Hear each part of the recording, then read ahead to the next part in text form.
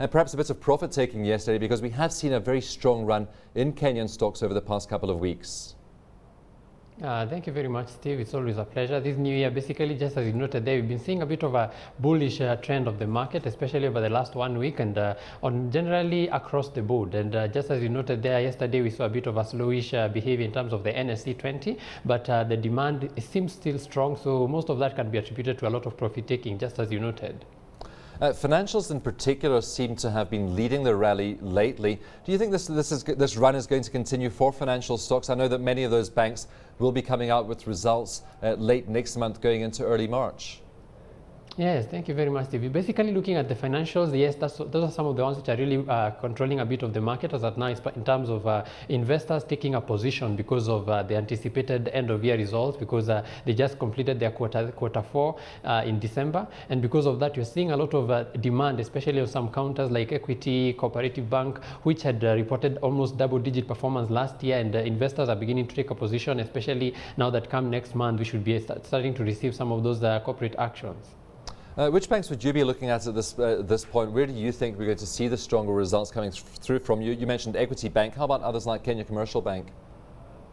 Oh, well, thank you very much. Looking at Kenya Commercial Bank, just as we've seen Martin Oduor mentioning there about the expansion into the region, we are seeing them also being very well poised to be able to perform very well, especially now that last year they just completed a very good and positive rights issue that strengthened their balance sheet. And because of that, we should be expecting them to be able to report something positive in terms of their end-of-year results, as well as their dividend payout, which has been fairly good over the past. And that's one of the stocks that I can be looking at as at now. The other company which has been a bit of a concern in terms of the trend of the shares, Barclays Bank, especially now that there's talk about them doing a bit of a reshuffle or restructuring of their top management. What's the cause of this restructuring? What's the end effect likely to be? Why is there concern about this? Well, looking at it in terms of the corporate strategy of the bank, it's more of the positioning themselves to be able to still take advantage of the regional expansion that we are seeing most of these banks are taking advantage of, as well as trying to make sure that they also check out their bottom line, especially in terms of managing their costs. As that now, I guess most of these banks, in terms of their interest income, they're trying to see how they can be able to still manage their costs so they can be able to still strengthen their profits. KPLC, talk to us about that. The share's down almost 5% yesterday, and I know that we are waiting for results of their rights issue. Why the big pullback in the share price? Well, basically Kenya Power and Lighting, just as you noted, there is one of the stocks which has been creating a lot of interest in the market, and we've been seeing it trading actively over the last 1 month.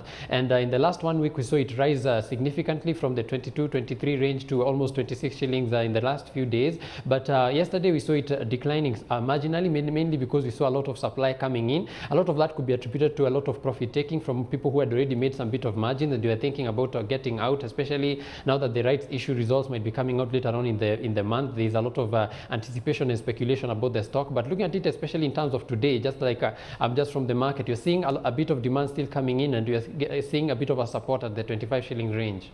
Samuel, prospects for the Nairobi Stock Exchange for 2011. Of course, this market did gain 36% last year. Any chance that we could repeat that performance in 2011?